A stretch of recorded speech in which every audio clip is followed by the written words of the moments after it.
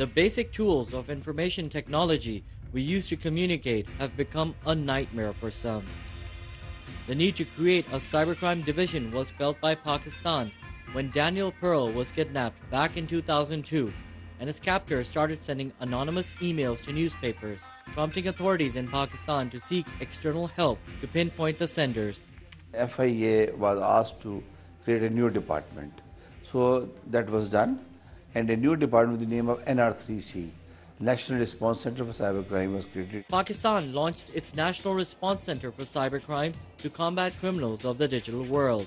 But complicated issues require calculated measures. Introducing cybercrime offense punishable by death or life imprisonment in case terrorists commit e-crime resulting in loss of life is meant to deter the would-be e-offenders. It's only pertained to one section, that is cyber terrorism. And even in that section, it makes very clear that death penalty will be given in all those cases in which some human death has occurred. But there is confusion over the policy. That is really something I can't understand it for two reasons. First is a policy reason. On one hand, the government is saying that they are actually going to convert the death penalty and to commute them and to convert them into life imprisonment.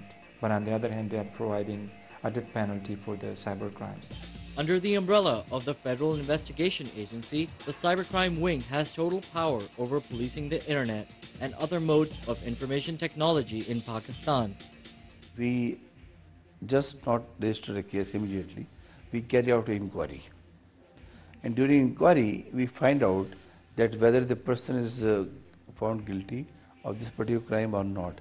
If he is found guilty based on the evidence, only then a proper case is registered and the person is prosecuted.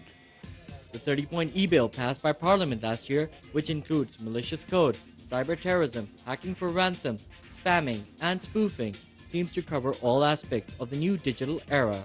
It's probably one of the safest type of crimes. All you need is a computer, cell phone, or internet connection, and knowledge to hack a network, design a digital heist, or make an unauthorized credit card transaction.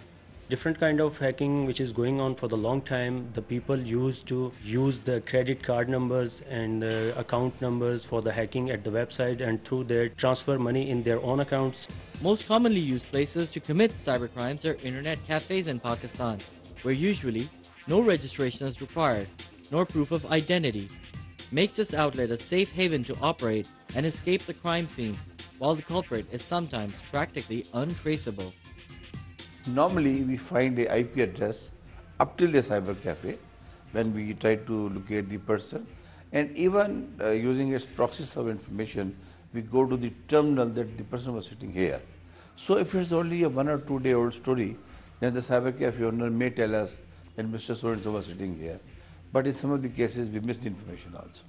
Typically, cybercrime is difficult to stop. For example, recently we were contacted for a very famous American website called PayPal, which usually is used for making transactions on the internet, and someone in Islamabad had a website which was a copy of it and was using that website to take money from people. Recent years have seen a rise in cyber terrorism, with more than 300 e-offense cases alone registered by the 18-month-old Cybercrime Division. The internet platform has been widely used by terrorists to project their ideology and get the message across to the world. As the trail to apprehend these groups is harder to track by conventional law enforcement agencies, especially in Pakistan, the technologically advanced cyber police makes tireless efforts to bring the perpetrators to justice. Electronic messaging, financial transactions, emails, sensitive data uploads, and/or any utensil of technology used with ill intent is subject to punishment by the Cybercrime Division. And it's not just within Pakistan. With cyber policing, they can go across the border with the help of other countries. This is one of the biggest scandals in the world in terms of its volume. Only 3 computers have been decoded. We really don't know what else we have, but we forecast that it's going to go run into dollars. And of course, the entire network worldwide, which has really alarmed the world. We have been approached by the various governments. All of a sudden they will get in one bank account $2 million or $3 million, but they won't find how and where. and who's behind it.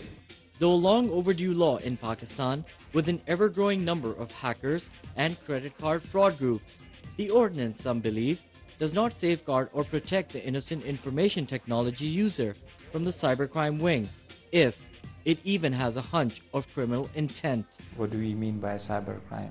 Does someone commit a crime simply because he happens to be surfacing the net?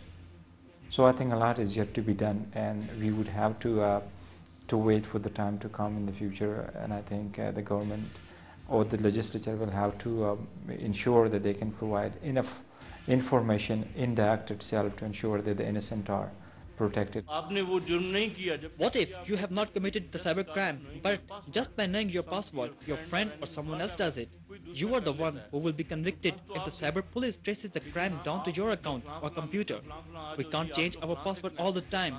Sometimes we give it out and forget to change it. How does the law protect us in this case? Lawmakers here have gone the extra mile to reinvent a new definition for cybercrime.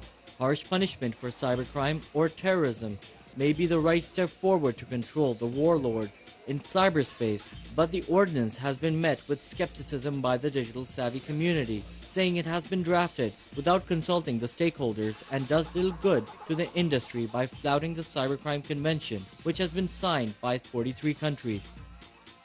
Pakistan has enshrined cybercrime into law, but it's vital that this law should not obstruct the freedom of information. Until this law is streamlined in Pakistan, even your free expression on the net or critical point of view on an SMS text message could land you in a lot of trouble. In Islamabad, Saqib, Press TV.